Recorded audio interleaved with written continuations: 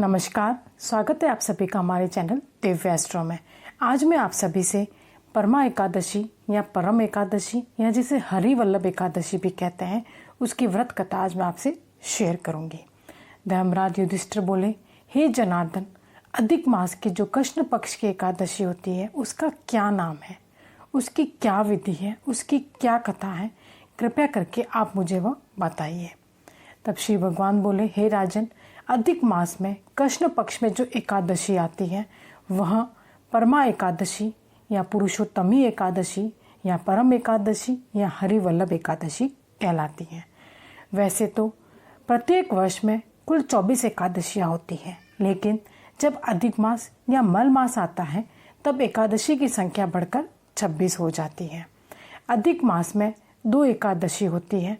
जो शुक्ल पक्ष की एकादशी होती है वह पद्मिनी एकादशी कहलाती है और जो कृष्ण पक्ष की एकादशी आती है वह परमा एकादशी कहलाती है।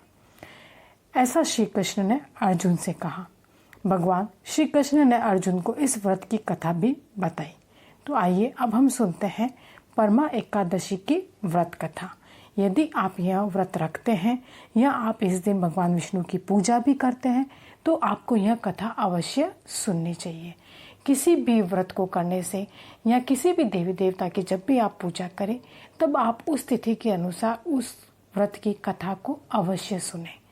ऐसा करना अत्यंत ज़रूरी होता है, तभी हमें उस व्रत और पूजा का संपूर्ण फल मिल पाता है। तो आइए अब हम सुनते हैं परमा एकादशी की व्रत कथा। कामीपल्ली नगरी में सुमेधा नाम का एक ब्राह्मण रहता था। वह ब्राह्मण अपनी पत्नी के साथ निवास करता था। ब्राह्मण बहुत ही धर्मात्मा और दयालु प्रवृत्ति का था। उसकी पत्नी भी बहुत ही अच्छी और पतिव्रता स्त्री थी। वह भी बहुत दयालु और संस्कारी थी। पूरा परिवार बहुत ही सेवाभावी था।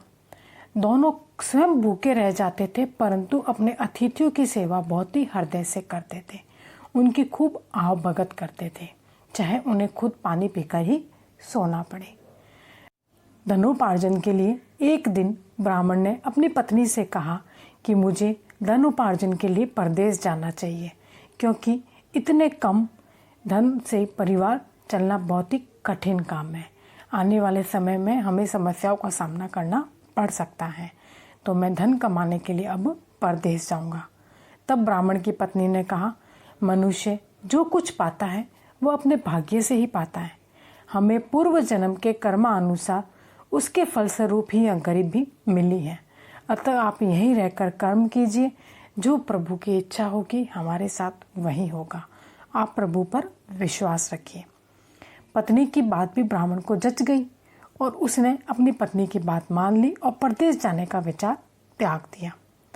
एक दिन संयोगवश कौंडिल्य ऋषि उधर से गुजर रहे थे, तो वो ब्राह्मण के घर पधारे। ऋषि कौंडिल्य को अपने घर पाकर दोनों पति पत्नी बहुत ही प्रसन्न हुए। उन्होंने ऋषि की खूब आव भगत की, बहुत ही सेवा की।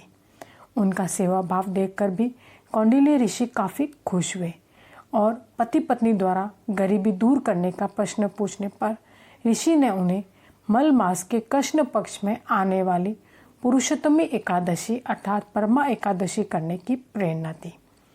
व्रती को एकादशी के दिन स्नान करके भगवान विष्णु के समक्ष बैठकर हाथ में जल और फूल लेकर संकल्प करना चाहिए। इसके पश्चात भगवान की पूजा करनी चाहिए और ब्राह्मण को भोजन करवाकर दान दक्षिणा देकर विदा करना चाहिए। फिर व्रती को स्वयं भोजन करना चाहिए। इस प्रकार ऋषि ने एकादशी की पूरी विधि उन्हें बता दी। दोनों ने इस एकादशी का व्रत रखने का निश्चय किया और यह एकादशी धन वैभव देती है और पापों को नाश कर उत्तम गति भी प्रदान करती है। धनाधिपति कुबेर ने भी इस एकादशी व्रत का पालन किया था, जिसे प्रसन्न होकर भगवान भोलेनाथ ने उन्हें धनाध्यक्ष का पद प्रदान किया। ऋषि की बात सुनकर दोनों आनंदित हो उठे और समय आने पर सुमेधा और उनकी पत्नी ने विधि पूर्वक इस एकादशी का व्रत रखा, जिससे उनकी गरीबी भी दूर हो गई और पृथ्वी पर काफ़ी वर्षों तक उन्होंने सुख भोगा। उसके पश्चात पति पत्नी श्री विष्णु के उत्तम लोक को प्रस्थान कर गए।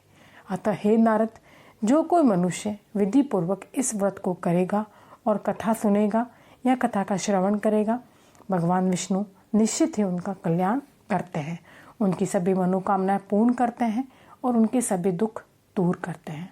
अतः यदि आप भी परमा एकादशी का व्रत रखते हैं, भगवान विष्णु की पूजा अर्चना करते हैं, तो आप परमा एकादशी के दिन इस कथा को अवश्य सुनें।